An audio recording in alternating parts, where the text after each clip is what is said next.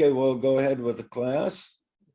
We're talking about the 7 steps toward liberation, toward the dispelling of illusion that each disciple must take as they're going toward liberation.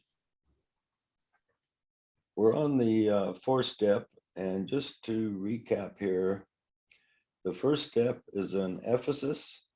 He gains permission. He releases himself from outward authorities. As people progress, there's always somebody out there that wants to tell him what God thinks and what God wants him to do. And he finally comes to the realization that that responsibility is from the inner Christ within his own being, not out there somewhere, but it's in there. That anything that he's supposed to do needs to be verified from within. So he gives himself the permission. Then he goes kind of a little bit crazy with it, and he forgets where the inner Christ is, and he kind of starts leaning on just what he wants for his own personal things, and he kind of goes astray. And then the lesson in Smyrna calls him back on the path, tells him, hey, you left your first love, you left the good things behind, and you need to bring them back. And so he's called back to refocus. And then on Pergamos and the next, he's called back to refocus, and he decides he wants to do a whole bunch of good things in the world. And he becomes an idealist and tries to do lots of good stuff, and he screws up a lot. He winds up a lot of times he tries to do something good, and he winds up doing more harm than good. And so this is the lesson that he has to learn. He has to learn how to actually efficiently do things that are helpful and do more good than harm. It's a little bit like the story of trying to help the butterfly come out of the cocoon.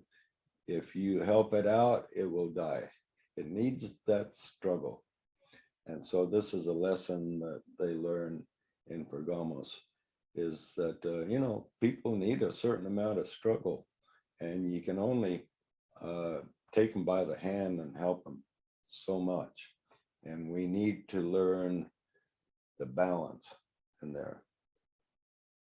Now we come to Thyatira, and this is where we encounter hindrances to performing our greater works. And this is where we're at now.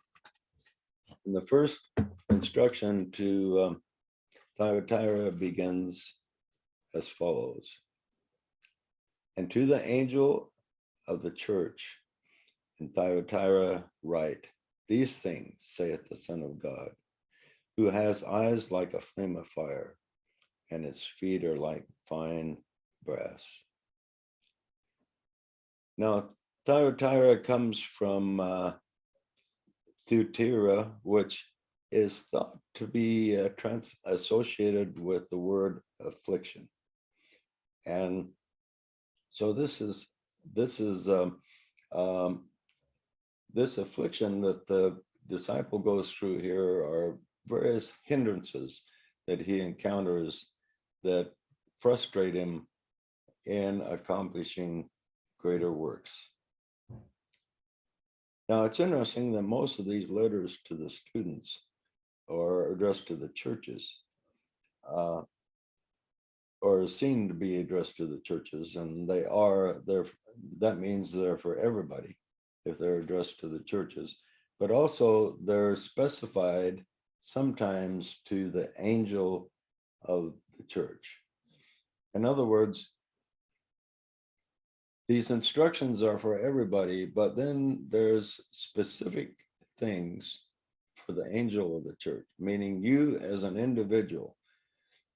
Everybody is progressing on this 4th stage, but then you as an individual, there's particular ingredients of the instruction of this step that will apply to you specifically. So as we progress along on the path, there's certain things that will apply to you, and your situation will be different from everybody else that's on the path. There will be certain things in these instructions that applies to everybody, but then there are certain things that you will take out of them that seems to apply specifically to you. Now, the inner voice, this first verse tells us, gives 3 descriptions of himself that pertains to the disciple. Number 1, who is speaking?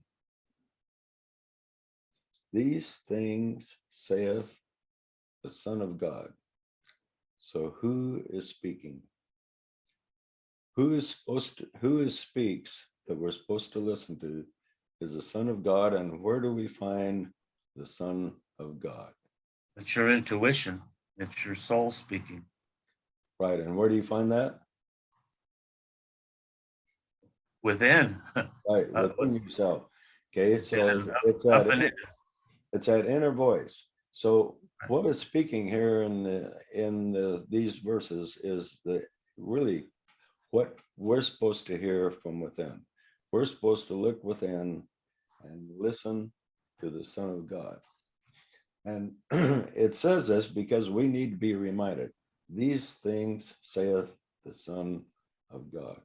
These things saith the voice of the Son of God that is within you. This is what you're supposed to listen to, not those outside voices, but this inside voice. The second thing, it says his eyes are of a flame as a flame of fire. What do you suppose this means? Why does he say his eye? Why is it written? The description of his eyes are as a flame of fire. Now, what's interesting about this description is it's a repeat of the first revelation, of the first part of the revelation. And there was more ingredients in addition to the eyes and the feet. It talked about the garment, the hair was white as snow, the voice was like the mighty waters. But it's focusing on these 3 things instead of 6 things. And so this is because at this stage, this is important for the disciple to focus on. His eyes were as a flame of fire. Now, these are eyes that can see through the heaviest illusions and penetrate the innermost being. So the eyes within yourself, you are supposed to tune in to a higher, not so much the physical eyes, but the spiritual. And the spiritual, it sees through the illusion. We have all kinds of illusions wanting to get the best of us and to trap us. And if we see our eyes, our inward eyes, as a flame of fire that can burn away all the illusions. Now, his feet are like fine brass. Any idea what this would mean? Well, your feet are used to subdue, tread over any resistance that you might find within yourself or outside of yourself even. Right. So the inner Christ has the power to subdue any resistance, to put things under our feet. So we can take these illusions. These illusions come up. We see through them, and then we put them under our feet so they do not disturb us anymore. So we trample them, basically. Right, right. So we proceed. So this is an important step this is important knowledge for the disciple at this point to understand. Number one, get back to listening to the Son of God, the inner voice. Get back to that, focus on that. And second, see through the illusion. You just passed through the illusion. You want to do all these wonderful works, and then you kept screwing up because you were an illusion. You thought you were doing a good work, and you wound up doing more harm than good. Okay, and you ever do that with, you ever try to help somebody and you wind up thinking, boy, I did more harm than good trying to help that person. And so this often happens to the disciple. And so he has to see through these illusions so that his works can really count for something. Okay. The Son of God within says, well, that's all right that you screwed up, because that's part of your learning process. It's, everybody goes through it.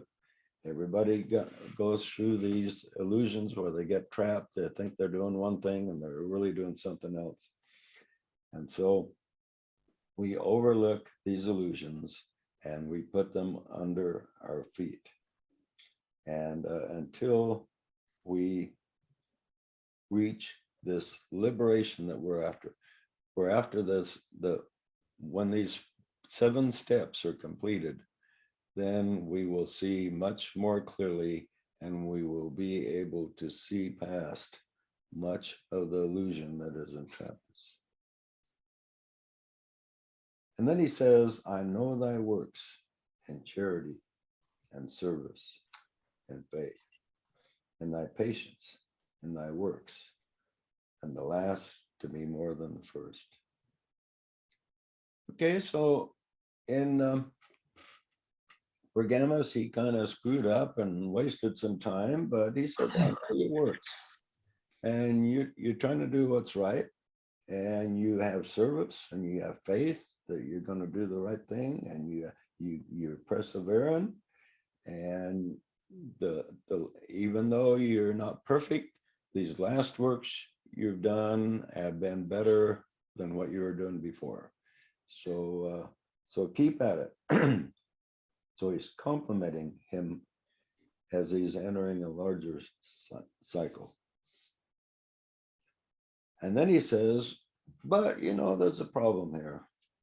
Okay, you made some progress, and you're doing better all the time. But notwithstanding, I have a few things against thee, because thou sufferest that woman Jezebel, which calleth herself prophetess, to teach and seduce my servants, and to commit fornication and eat things sacrificed unto idols.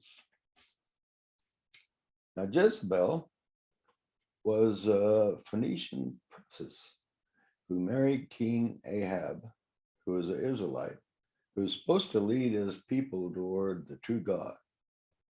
But what she did is she was a negative influence on him, and she turned him away from the true God toward the worship of a false God. Okay, so this is the temptation that many people encounter at this stage. They will meet a Jezebel who says, hey, I have the truth. And this happens to many of us. How many of us say leave a regular religion, and we think, boy, I've left my regular religion. I'm no longer subject to these outward authorities. I'm believing the inner God. And then what happens? Maybe they come across Scientology or Jim Jones or some leader that says, hey, I'm channeling Thor or God or Jesus. And so you think, hey, this guy's got a direct link to God. I'm going to listen to him. And so these teachings are a mixture of truth and error, but they lead him away from the true voice.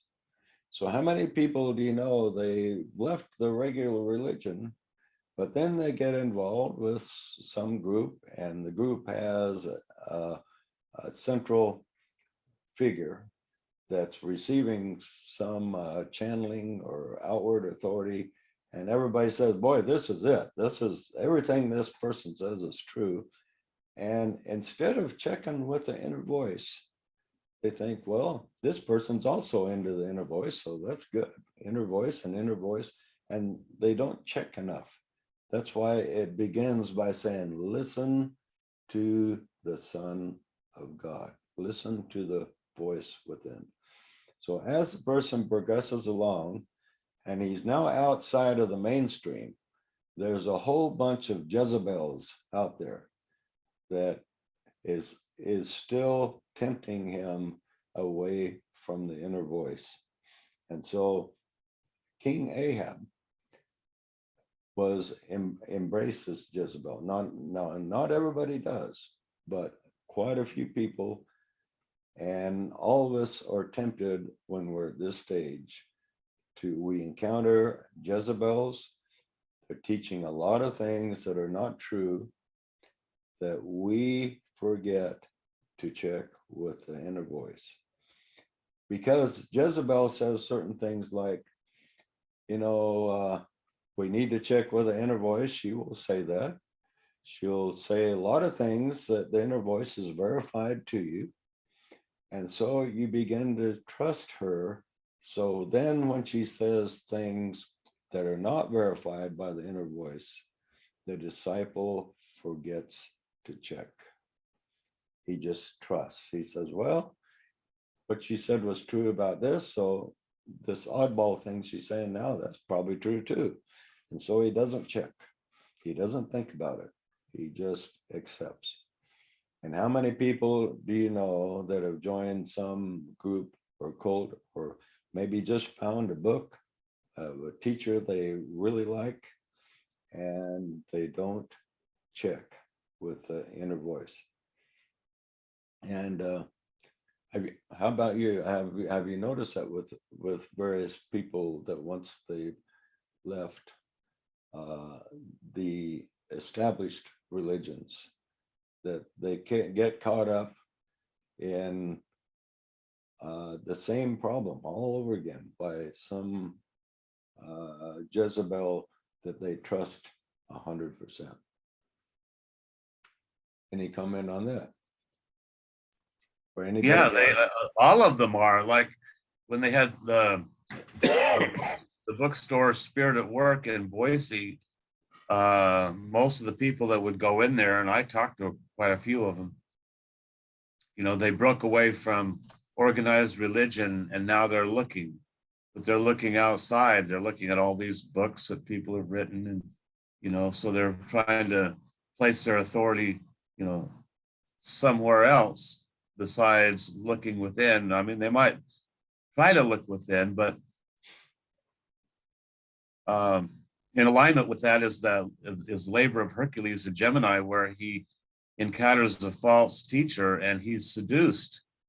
The false teacher just seduces Hercules and puts him on a slab for about a year, and Hercules can't move. And that's where a lot of these people end up. They just are looking outside, and like you say, they're confused basically until they realize that, hey, somebody told me that the kingdom of God is within. I need to start looking within, and then they reverse the role. Right. Yeah, it's interesting how in the first stage of Ephesus, he breaks off from the outer authority, and he thinks he's free now, and he has a few stumbling blocks, and now he kind of gets back to the inner voice, and then he finds this Jezebel that takes him back to where he was before, where he's listening to an outer voice again. But what's tricky about it, what creates the illusion, is this outer voice says a lot of things that were confirmed by the inner voice that goes contrary to mainstream religion. So he begins to trust that in the same way he used to trust the mainstream religion. So he may join like Scientology, Eckankar, or all kinds of groups out there that are available. Church Universal, there's a bunch of different ones out there that maybe even some outfit like Jim Jones, or who are those people? L group. The Hale-Bopp group that was waiting for the mothership to take him to a comet, and they all killed themselves so that they could go to the mothership. You know, people get distracted. These are all, we look at some of these people and we think, boy, they're really crazy, but they're just going through this stage. They're really people that are searching, but they're captured by a Jezebel that leads them back to that trust in authority again. That's so hard for people to escape. And these are people that think they've escaped it. They think they've escaped it, but then the Jezebel deceives them back to trusting in the outer authority again. But what's tricky about it is this outer authority teaches many things that were confirmed by the inner authority, and this tricks the disciple into trusting it, trusting the Jezebel. So Jezebel tells King Ahab, you know, these Israelites, they got a lot of things that's right. We're just going to help them be better. Okay. But she doesn't help them be better. She leads them astray from the true God. Okay. So the Jezebels that we meet, and everybody here will meet them at one time or another. If you haven't already, hopefully most of you have passed through meeting your Jezebel. But if you Been have there and done that. yeah, at your age, Ed, you've been probably through several Jezebels, huh?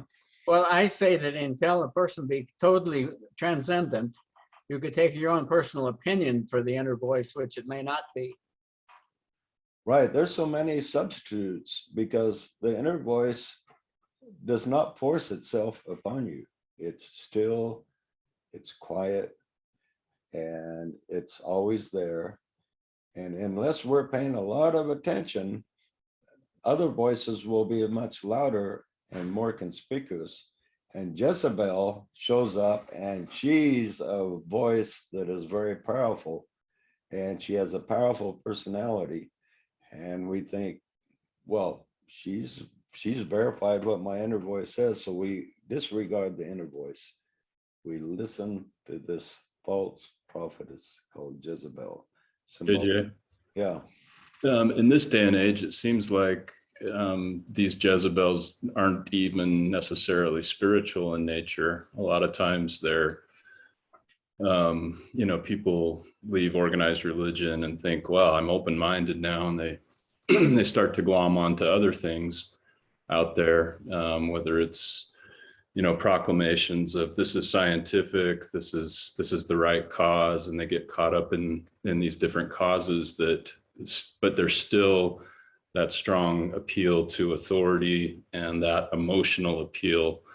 And there's also the aspect of, there's also an apocalyptic aspect to a lot of these movements. And so sometimes we get caught up in in thinking that we're being objective and logical when we're actually just listening to a different authority. Right. And this Jezebel is showing up politically now. We have a political divide, and we have a lot of illusions on both sides. And people are saying, well, science says this, or this doctor says this, or the media says this is right. And so we don't check with the inner voice. What does the inner voice say about this? Maybe some people, the inner voice will say to get vaccinated, maybe others it won't. But what does the inner voice actually say? Are we just trusting what we're told, or do we check within to see if what we're told is accurate? And this is we have a lot of Jezebels out there because of this virus telling us what's right and what's wrong. And there's a lot of illusion out there. And so this is another area that we're led away from the inner voice, because we're saying, a lot of people say, well, science says this, or the doctor says this, so it must be true, and they don't check with the inner voice. The inner voice is smarter than all the world put together. Okay, any more comment on that? I got one real quick. Yeah. There's bunches of people out there that have followings, and they're they say they talk to angels, a angel or a group of angels, and I think that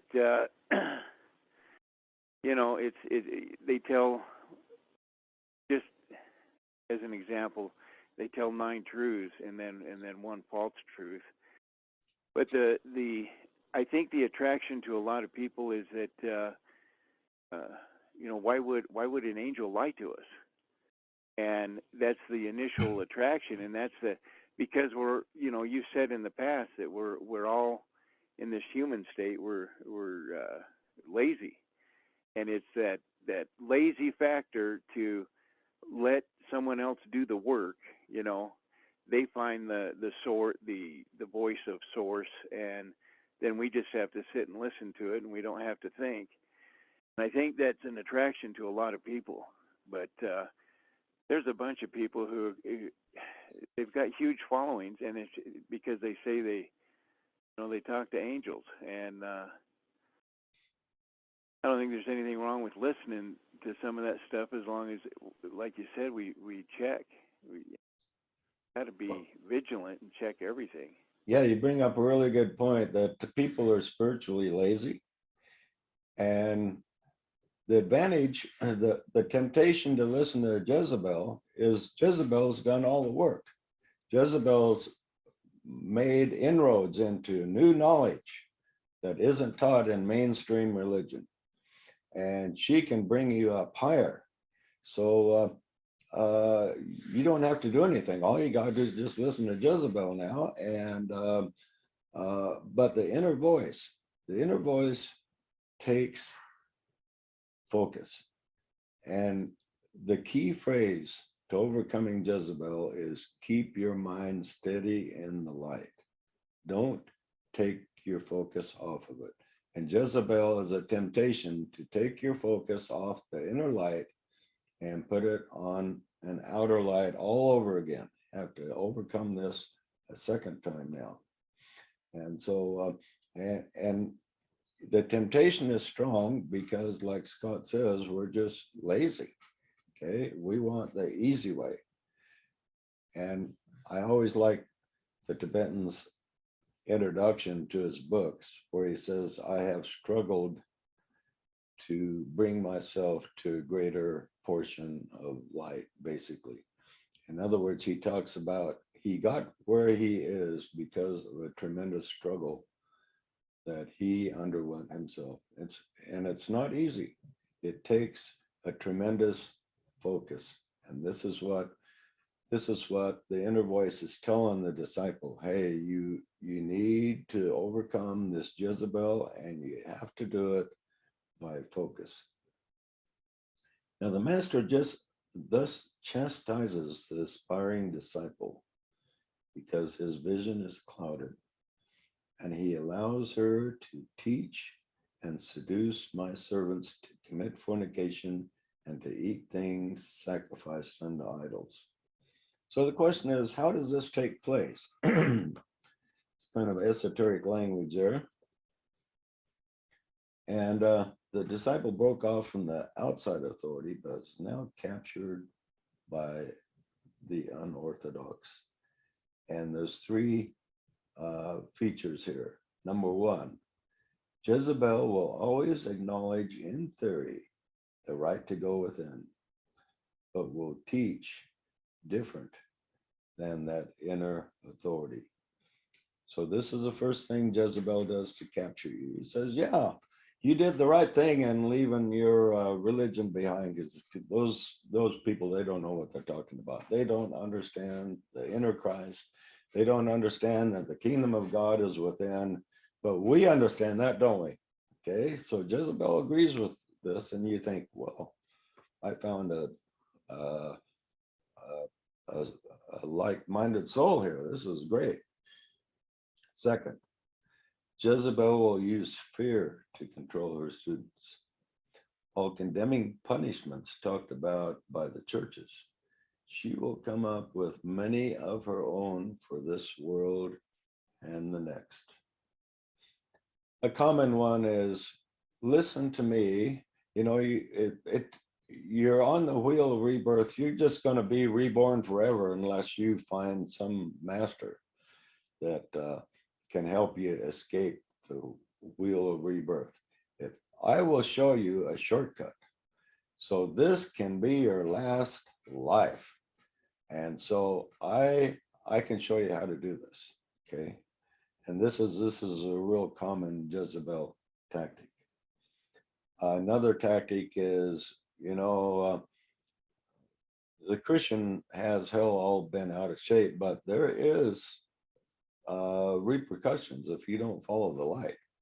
And so if you follow me, you will avoid karma. I can show you how to neutralize all your karma so you don't have to suffer in this life or the next one.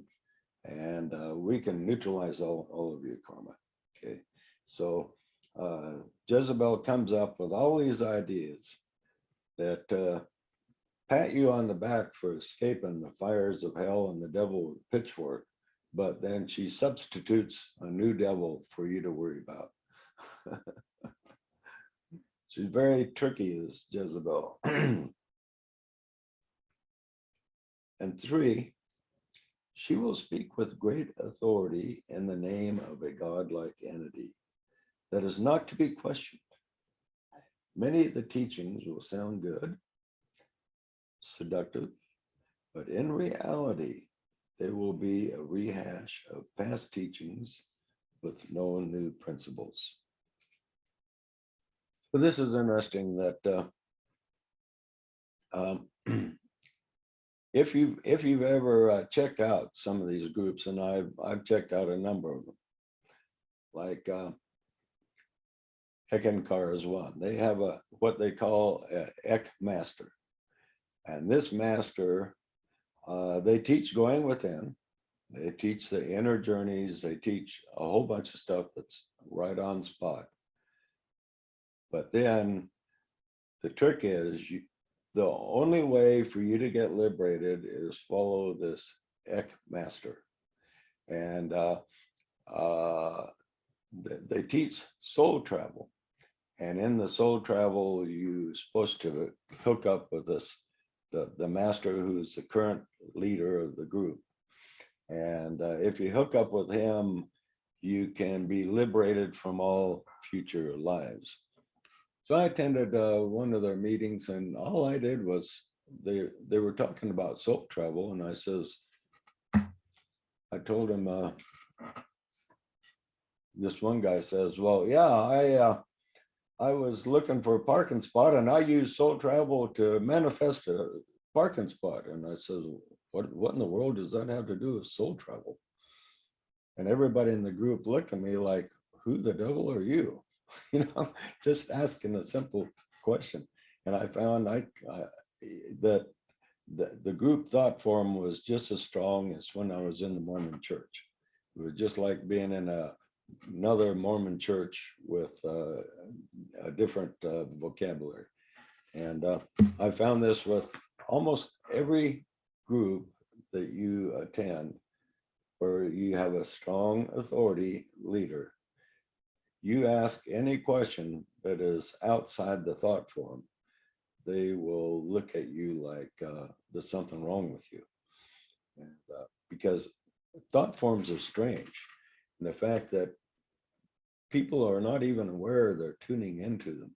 When you go to any church, any religion, any group, any cult, and people just know what's appropriate to ask and what is not appropriate to ask. That's one thing that tickles me about Curtis. Whenever I've gone to any meeting with him, he completely disregards the thought form. You know, always ask questions that are kind of irritating to whoever's there. Well, you're not having any fun unless you make them squirm a little bit. Yeah, yeah, he's kind of fun to. If you ever around Curtis and know of any authoritative group, take him along with you, and he will stir things up. He loves to stir things up. But I stand at the ready. But the thing about Jezebel is she's beautiful. You know, she's a seductive, attractive energy that can pull most. She's like a siren, you know, the sirens that pulled the navigators off course. And you know, she's beautiful. So that's the seductive part is why we were so attracted to it. yeah, that's an interesting point. Ahab was attracted to her beauty also, as well as what she said. Right. First of all, to her beauty, you think, oh, these teachings, they sound wonderful. I mean, I can escape the wheel of rebirth, or I can pay off all my karma in just this life, or I can go to the fifth dimension, or the mothership's going to come down and take me to planet Xenos, and I'm going to live with wonderful people. And, you know, you hear all kinds of things that most people would just think, who can believe this stuff? Yet the beauty of Jezebel captures them. So Jezebel can then say things that the average person would think is just stone crazy. The beauty of Jezebel captures their mind that can lead them almost anywhere, even to the drinking of Kool-Aid, thinking they will go to some paradise or whatever. And so it's amazing the power that Jezebel has. And we look at people doing crazy stuff and we think we would never do that. But, you know, in past lives or future lives, we will do all kinds of crazy stuff ourselves. So don't judge anyone else for being crazy, because we in past lives have all done stuff that is sublimely crazy. And a lot of us have done some pretty crazy stuff in this life, except for Curtis. He hasn't done anything really crazy, have you, Curtis? Not for a while. Not for a day or two. Yeah. I still go to the Mormon church every now and then when they have roast beef. And I get into a few discussions, but not so much. But to validate your point, when the Jason and the Argonauts were going through these two pillars, and the sirens, who were these beautiful goddesses, and they would sing out these melodious tunes that would distract the sailors so much that they would crash upon the rocks and be destroyed. So Jason had all of his men put earmuffs on so they couldn't hear the beauty of the sirens and be lost. And he had them just totally focus right through the two pillars. So he had them hold their minds steady, like you say, steady in the light, so they weren't distracted and they made it through the pillars. Good point. Yeah, that's a good analogy. That's what we have to do. And to put the earmuffs on is symbolic of drowning out the outer voices and just focusing on the inner voice. And Right. that inner voice is takes attention. If we don't pay attention to it, we lose track of it. And so we have to refocus. And this is a message here. It's saying that, you know, a lot of people on this stage, they will listen to Jezebel and they'll get distracted, but then eventually they have to understand, come to the knowledge that Jezebel is leading them to illusion. this is the knowledge that the disciple has to come to at this stage. Okay, any other comments before we end the class here?